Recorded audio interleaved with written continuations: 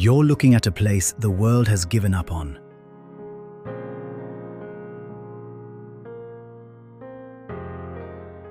This is Yemen.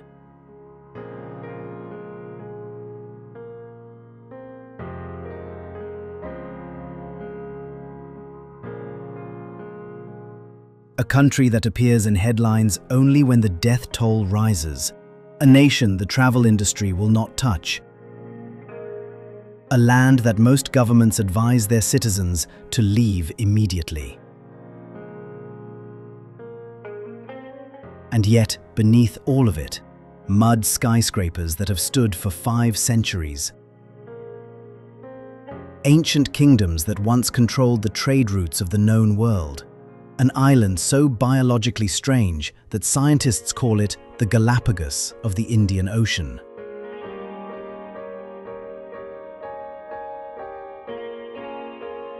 The most dangerous country on Earth is hiding the most extraordinary one.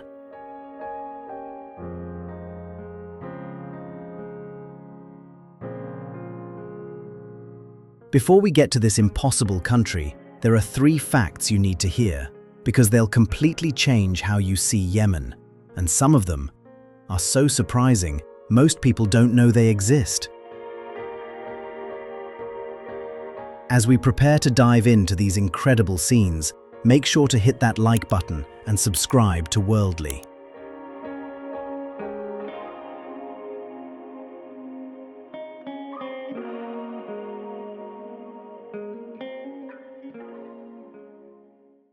Fact 1.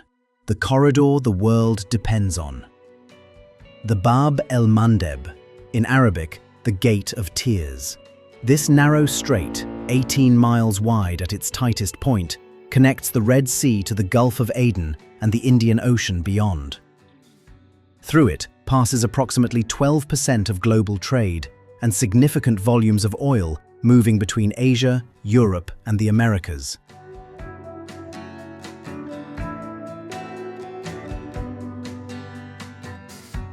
When Houthi forces began targeting commercial shipping in the strait in late 2023, global trade routes responded immediately. Vessels rerouting around Africa, adding weeks to journey times, increasing shipping costs across every supply chain connected to the Red Sea. The Bab El-Mandeb is the reason Yemen matters to global commerce in ways that have nothing to do with its own economy. A country producing very little of what the world trades sits beside the corridor through which a significant portion of that trading passes. This geographic fact has made Yemen a proxy battleground for powers whose actual interest is in the water beside it rather than the land above it. The Gate of Tears earned its name before the modern era. It has continued earning it since.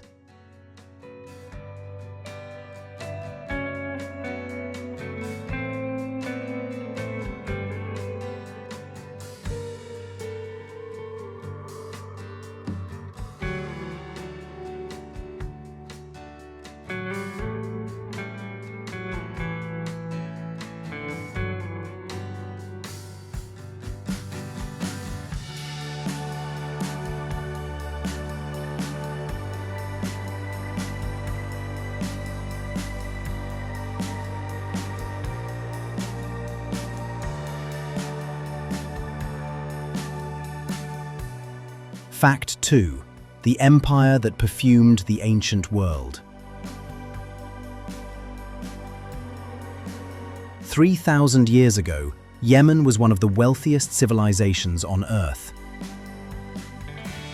The ancient Kingdom of Saba, the Sheba of biblical and Quranic tradition, controlled the most lucrative trade commodity of the ancient world, frankincense and myrrh. The aromatic resins harvested from trees in Yemen's southern mountains were burned in every temple from Rome to Mesopotamia, used in burial ceremonies across the Mediterranean, traded at prices that made their weight in gold a genuine economic comparison.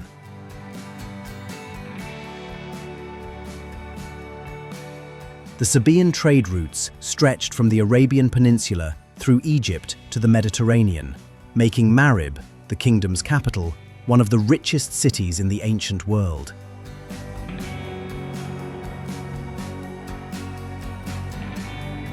The Queen of Sheba, who appears in the Bible, the Quran, and the Ethiopian national epic as a ruler of extraordinary wisdom and wealth, is associated with this civilization.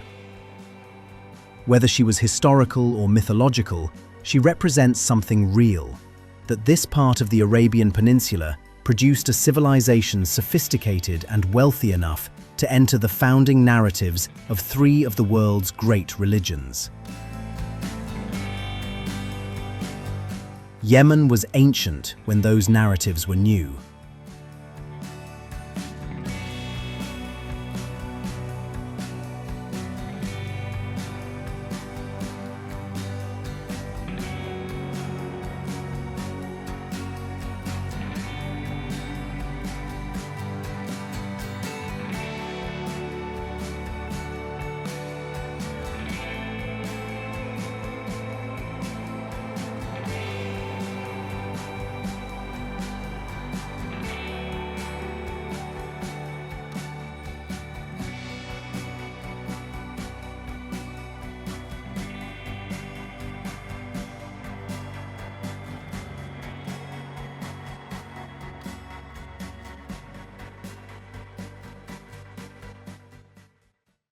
Fact 3.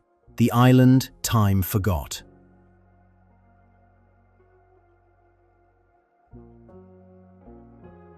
Socotra separated from the Arabian Peninsula approximately 6 million years ago.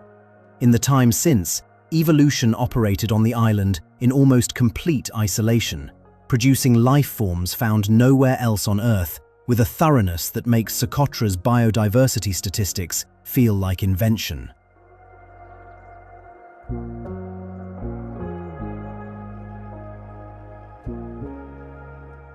37% of Socotra's plant species are endemic, existing on this island and nowhere else. 90% of its reptile species, 95% of its land snail species. The dragon's blood tree, Dracaena cinnabari, is the island's defining image.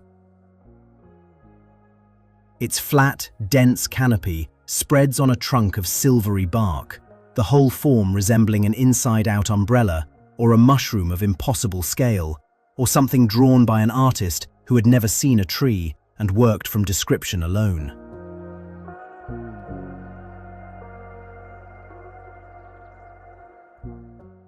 The red resin that bleeds from its bark when cut has been harvested for cosmetics, dyes, and medicine for centuries. UNESCO designated Socotra a World Heritage Site in 2008, one of the rare designations made primarily for biodiversity rather than human cultural significance.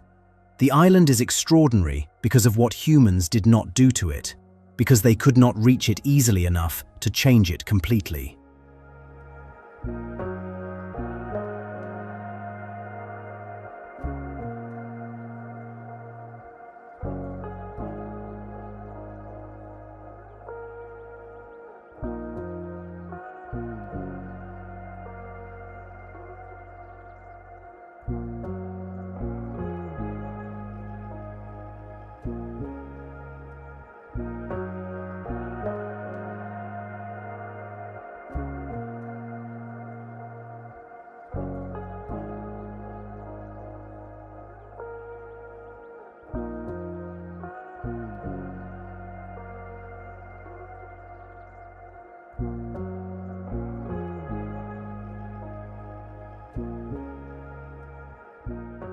The most alien landscape on Earth.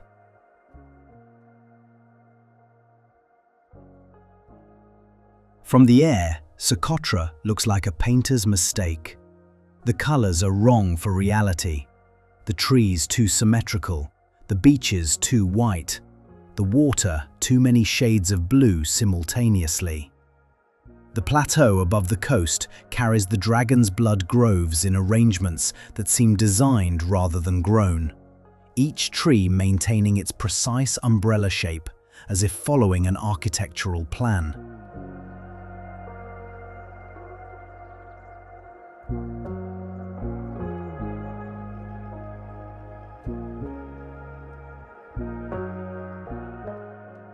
Nothing about this island looks like something that happened by accident.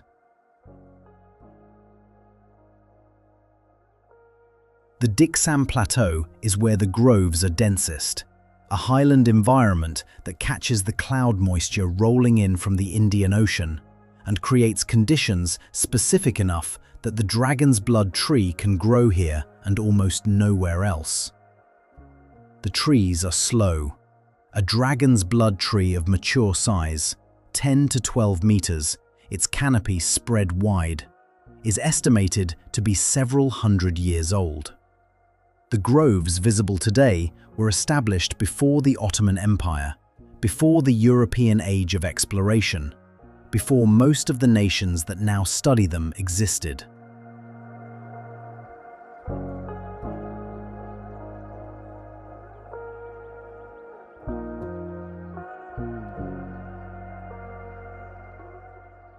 Socotra's isolation produced other wonders alongside the trees. The cucumber tree, a succulent that stores water in its swollen trunk, producing cucumber-like fruit at altitude, occurring nowhere outside this archipelago. The Socotra desert rose, whose bottle-shaped trunk accumulates water reserves against the dry season in a form so unusual it consistently appears in lists of the world's strangest plants. The island's reptiles evolved in complete isolation, producing gecko and skink species whose closest relatives are on continents that separated from Socotra millions of years before the animals diversified. Shoab Beach on Socotra's western coast is accessible only by boat or by a track that requires serious navigation.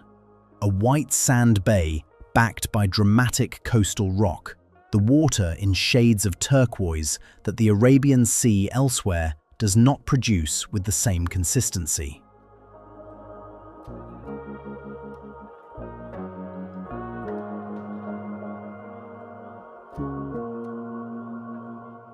Dolphins move through the waters around Socotra in populations that benefit from the island's distance from industrial fishing.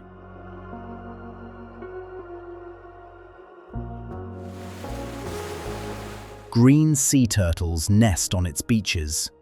The island's distance from the world that overwhelmed everywhere else is the reason it still contains what it does.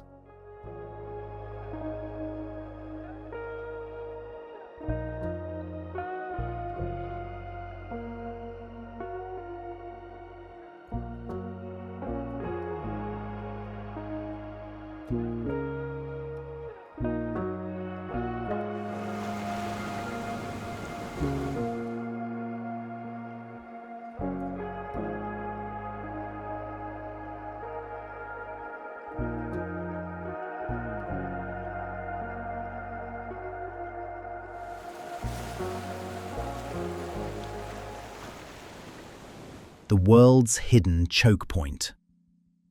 Every day, the world passes through this gap without knowing Yemen's name. The container ships carrying electronics from Chinese factories to European ports.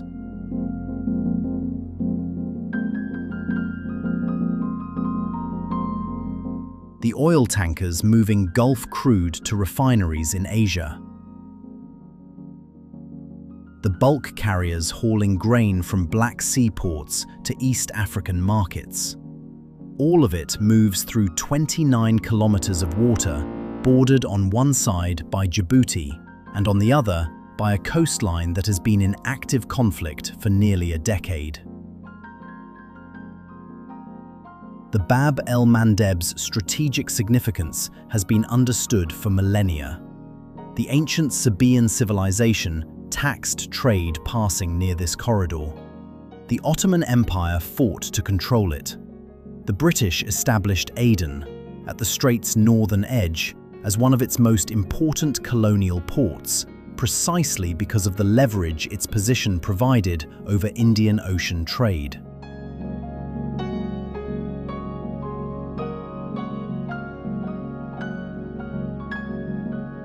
When the Suez Canal opened in 1869, the Bab El-Mandeb became even more critical.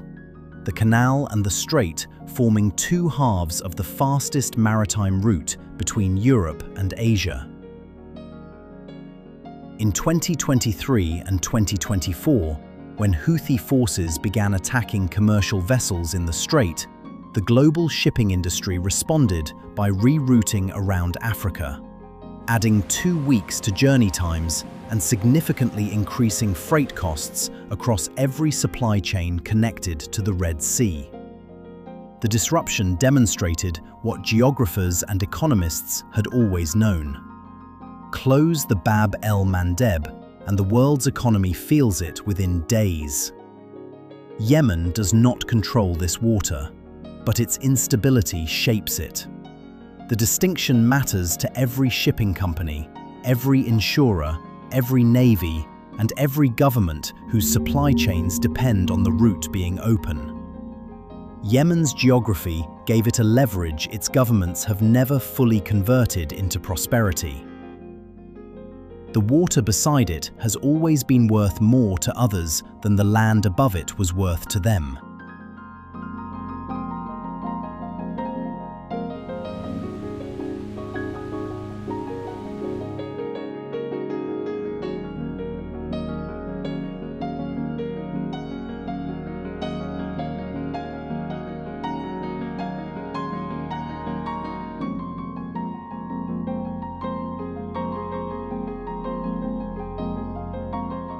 A living ancient civilization.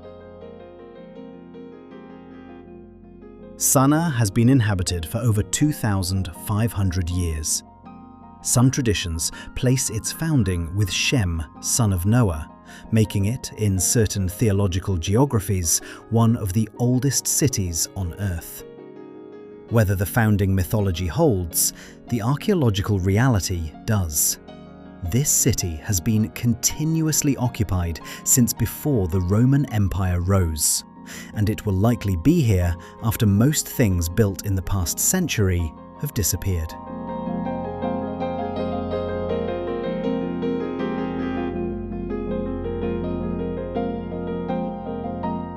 The architecture of Sana'a's old city is unlike anything else in the world.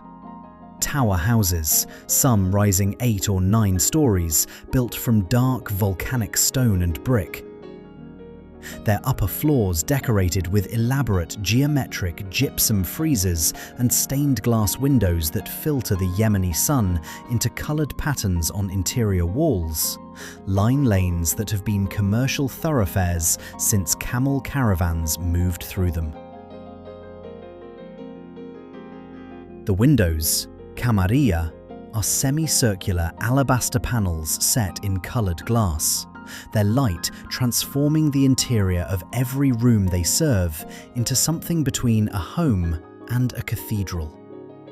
UNESCO inscribed the Old City of Sana'a in 1986, recognizing over 100 mosques, 12 hammams, and 6,500 houses built before the 11th century as a cultural landscape of exceptional significance.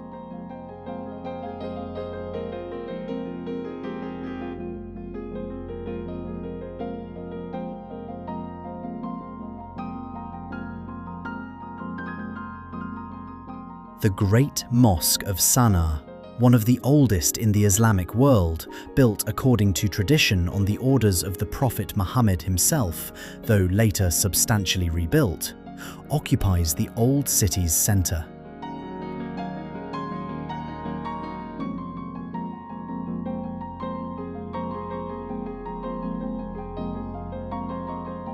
Its courtyard, its carved wooden screens, and its manuscript library represent a continuity of Islamic scholarship stretching back to Islam's foundational century.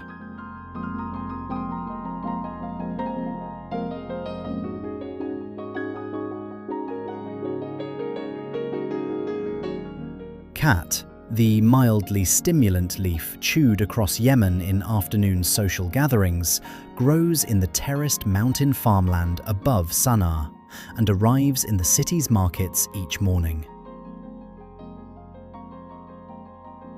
The afternoon cat session is Yemen's most universal social institution. Men and women gathering in separate rooms, the leaves packed into the cheek, conversation flowing for hours in a ritual that connects the country across its tribal, regional, and class divisions. Yemen at war is still Yemen at 3 in the afternoon with a mouthful of cat and a room full of people talking.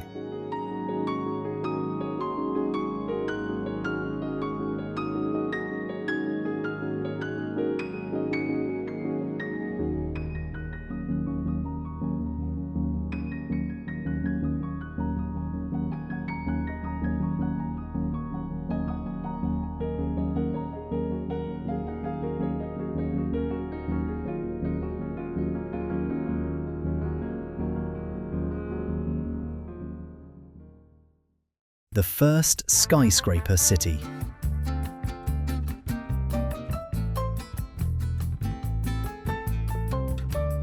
Manhattan was not the first city to build tall. 5 centuries before the steel frame and the elevator, a city in the Yemeni desert solved the same problem that motivated New York's vertical expansion. Too many people, not enough ground, with the same solution: build up. Shibam's tower houses rise between 5 and 11 stories from the valley floor, constructed entirely from mud brick, their walls thicker at the base than the top, their form following the structural logic of a material that is simultaneously ancient and adequate. The tallest buildings are over 30 meters. They have been standing for 500 years.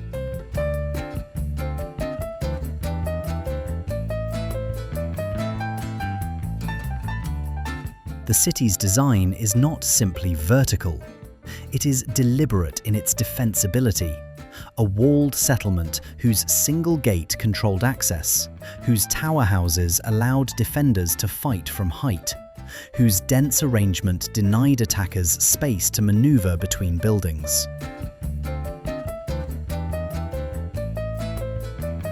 Shibam was built to survive raid and siege in a desert valley where nomadic pressure was constant. The towers were the answer to that pressure. UNESCO inscribed the old walled city of Shibam in 1982, calling it one of the oldest and best examples of urban planning based on the principle of vertical construction.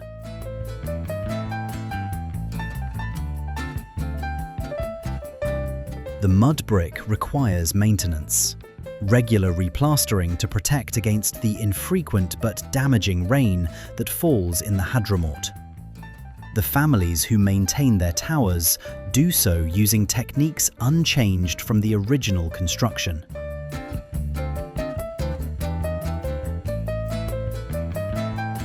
The buildings are not historical objects, they are homes.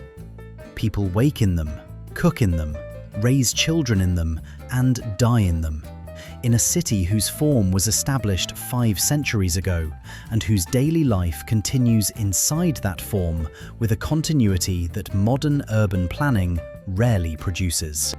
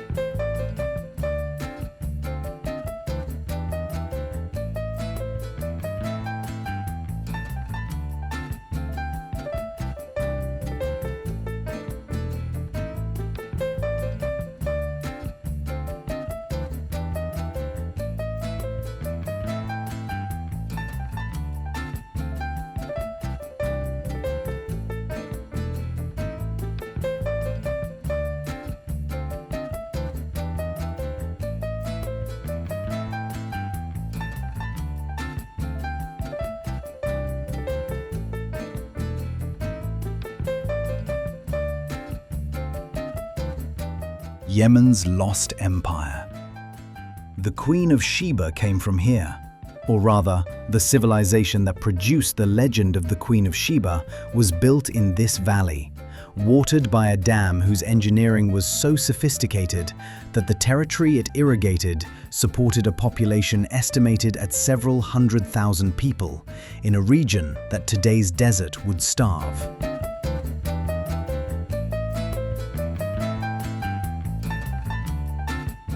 The Temple of Awam, the Mahram Bilqis, the sanctuary of the Queen of Sheba, was dedicated to the moon god Al-Maka and served as the principal sanctuary of the Sabaean kingdom for over 1,000 years. Its oval enclosure, nearly 90 meters long, was entered through a hypostyle hall of monumental columns that still stand, partially excavated, in the Marib desert. Ancient South Arabian inscriptions on its walls record donations, rituals, and the names of worshippers across centuries of use. The moon god required the finest frankincense. Marib's wealth produced it.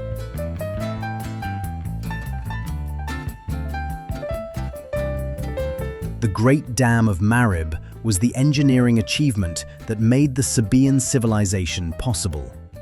Built across the Wadi Dana, the dam collected the seasonal floodwaters of the surrounding mountains and distributed them through a sophisticated sluice system across approximately 9,000 hectares of irrigated farmland, transforming what is now desert into productive agricultural land capable of feeding a major ancient city. The dam held for over 1,000 years. Its failure, recorded in the Quran as the event that dispersed the Sabaean people, came sometime in the 6th century CE, the collapse of the irrigation system triggering a population exodus that ancient Arabic poetry still describes.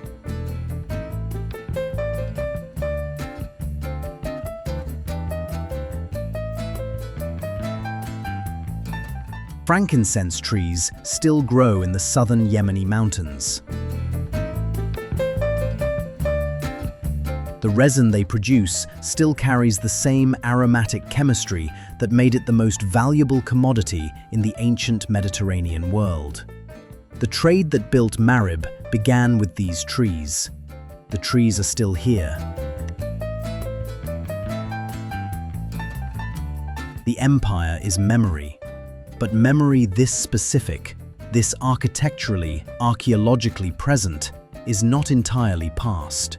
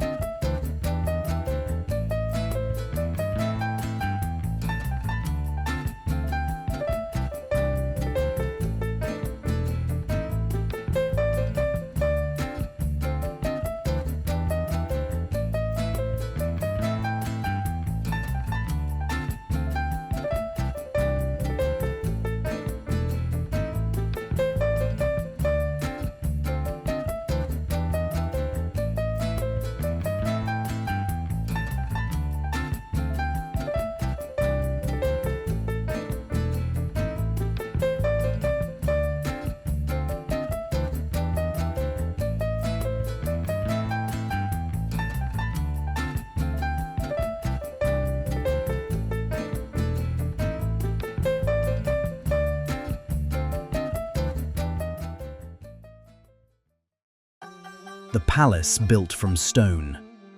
The rock was here first. The palace simply continued it. Dar Al-Hajar, the rock palace, sits on a natural basalt pinnacle in the Wadi Dar Valley, its lower stories carved directly from the rock and its upper stories rising in the same architectural language as the stone beneath. The building and its foundation indistinguishable from a certain distance, the whole structure appearing to have been shaped by the same geological forces that formed the pinnacle.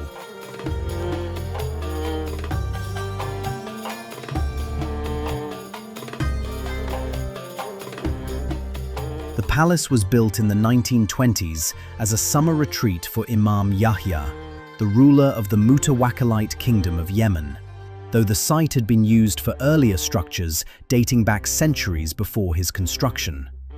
The design integrates passive cooling throughout, thick walls retaining the cooler nighttime temperature against the midday heat, the tower rooms catching prevailing winds, the building operating as a climate management system without any mechanical assistance.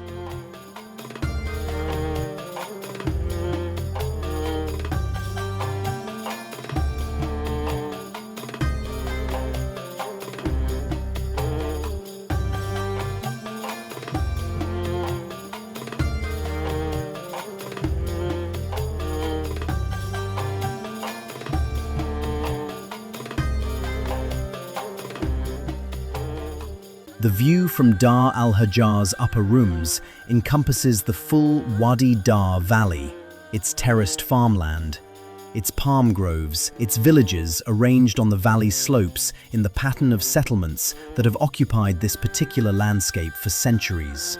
The same landscape the Imam looked at when the palace was built. The same terracing that existed when the Sabaean civilization was flourishing in the valley to the east.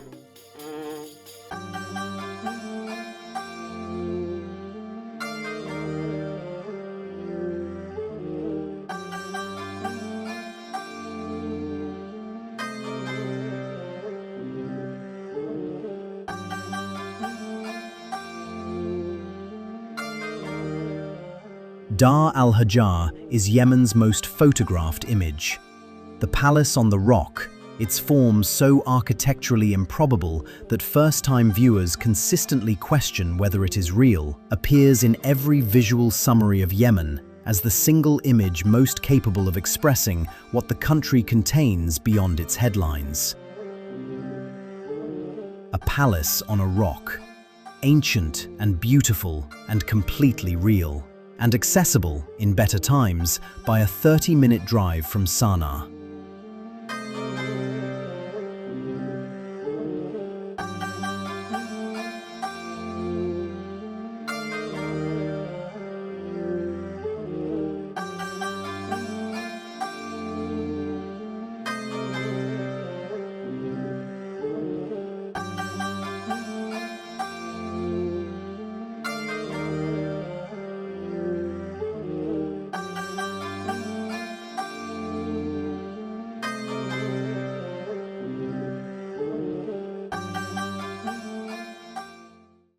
Farming against gravity. Someone looked at these mountains and decided to farm them, not the valleys between them,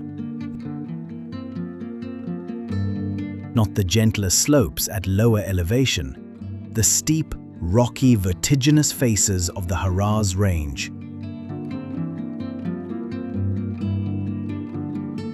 Gradient angles that most agricultural traditions would dismiss as impractical were transformed over centuries of accumulated labor into a staircase of cultivated terraces that climb from valley floor to ridgeline in unbroken succession. The terraces of the Haraz Mountains represent one of the most significant feats of agricultural engineering in the Arabian Peninsula. Each wall was built and maintained by hand, stone placed against stone to create level planting surfaces on hillsides that the underlying geology made usable only through this specific intervention. The fallage channels that distribute water across the terraces were cut into the rock with hand tools. Their gradients calculated with a precision that modern hydraulic engineers still find impressive.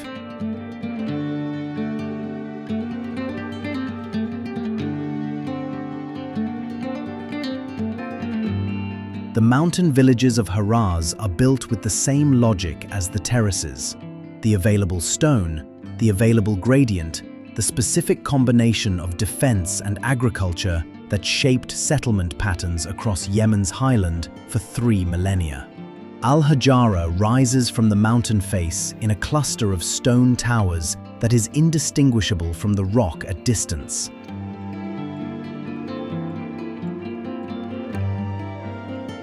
The village and the mountain the same color, the same texture, the same apparent solidity. The village was built to be part of the mountain. It succeeded.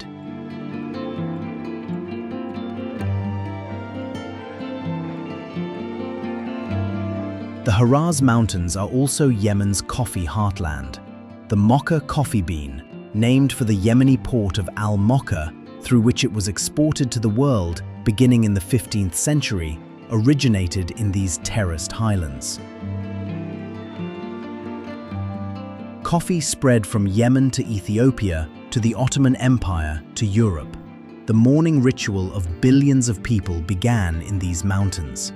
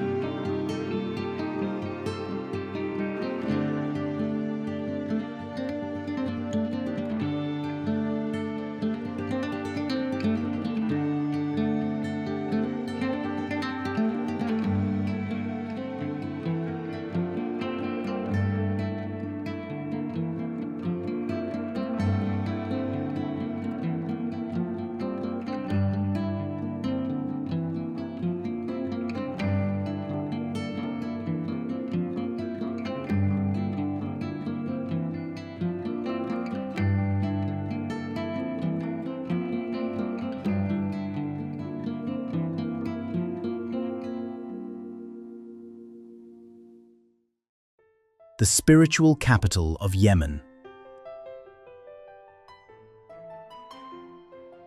At the height of its influence, Tarim contained more Islamic scholars per capita than almost any city in the world. This is not hyperbole. Tarim, in Yemen's Hadramaut Valley, was for centuries one of the most important centers of Islamic jurisprudence, Sufi scholarship, and religious education in the Arabic-speaking world. Its scholars traveled across the Indian Ocean, establishing Muslim communities in Southeast Asia, East Africa, and South Asia that still trace their Islamic lineage to teachers from this valley.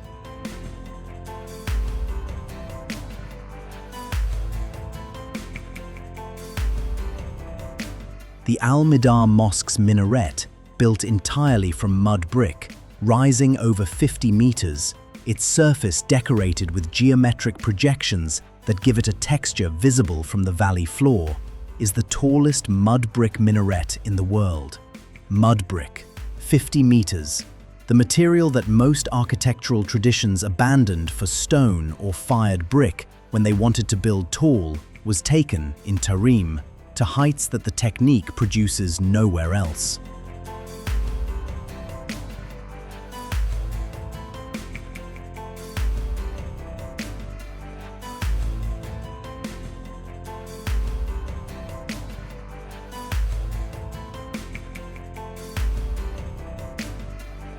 The merchant families of the Hadramaut, many of them Tarim-based, built commercial networks across the Indian Ocean in the 18th and 19th centuries, their diaspora creating Hadrami communities in Singapore, Indonesia, Malaysia, Kenya, and Tanzania, whose descendants are still identifiable by surname. The wealth those merchants accumulated returned to Tarim as architecture, ornate palaces whose elaborate painted interiors combined Yemeni traditions with aesthetic influences gathered from every port the Hadrami traders had reached. Tarim is a small city. Its cultural reach was continental.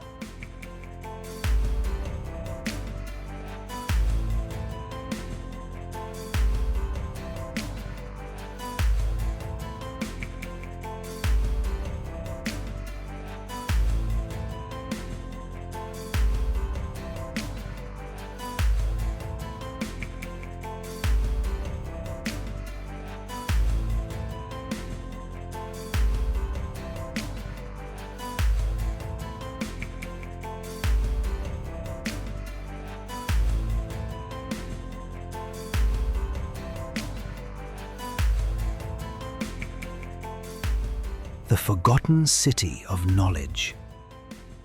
Zabid was once one of the most important cities in the Islamic world. Between the 13th and 15th centuries, its university attracted scholars from across Arabia, Africa, and the broader Muslim world. A center of mathematical, astronomical, and juridical learning whose influence reached the Ottoman court, and whose graduates staffed the religious and administrative infrastructure of multiple sultanates. The teaching of the mathematical zero, the concept that traveled from India through the Arab world to Europe and made modern mathematics possible, passed through Zabid's scholarly networks.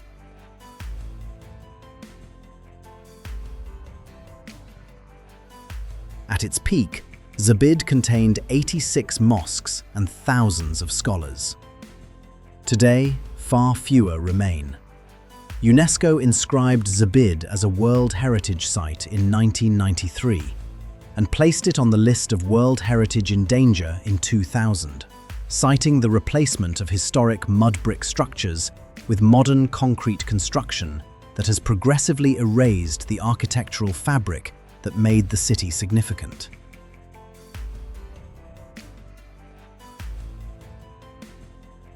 Zabid is what happens when a city's identity is not protected while the city continues to need to house and feed its people.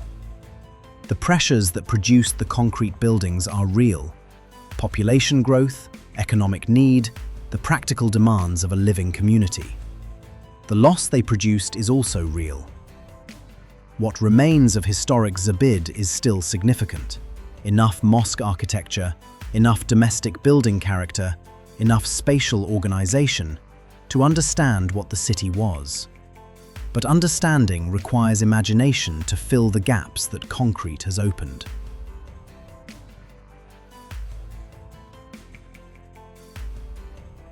The scholars who taught here reshaped the intellectual history of the Islamic world. The city they taught in is in the process of forgetting them.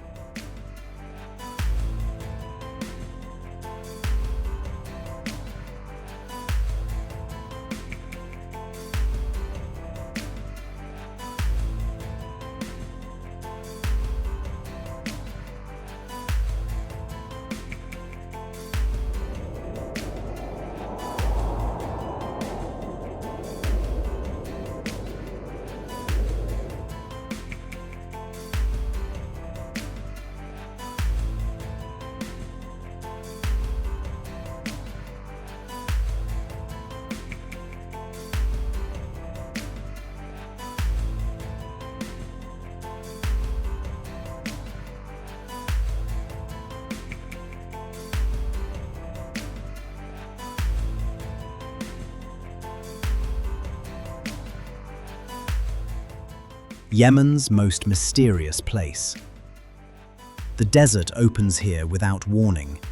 A circular shaft in the limestone, approximately 30 meters wide, dropping over 100 meters into a darkness that neither sunlight nor the human eye can fully penetrate, sits in the eastern Yemeni desert near the town of Al-Mara, with no geological feature around it that prepares the eye for its presence. The ground is flat, and then it isn't.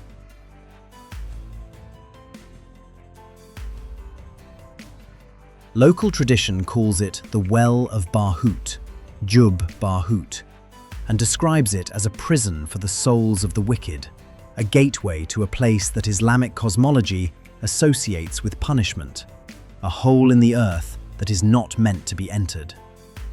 The smell that rises from the well is described consistently by those who approach its rim, a sulfurous organic scent that the depth of the shaft and its enclosed geology produce through processes that the limited scientific investigation of the site has not fully characterized.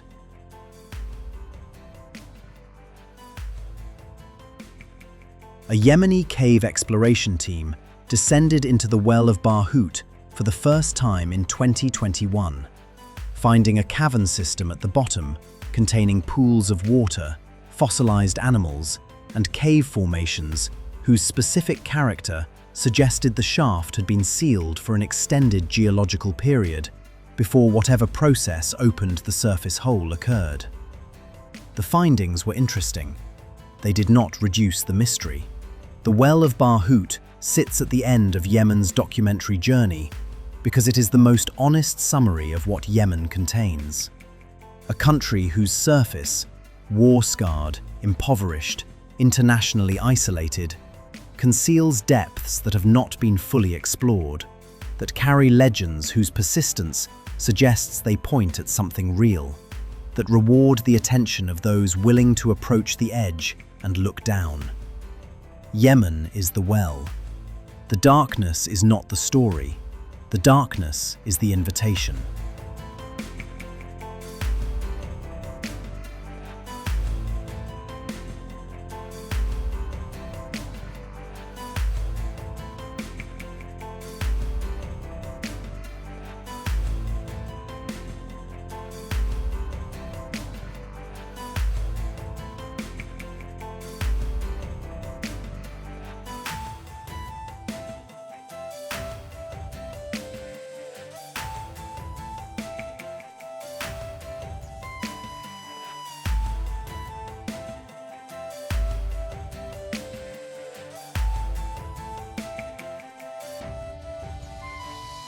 Yemen is not what the headlines say.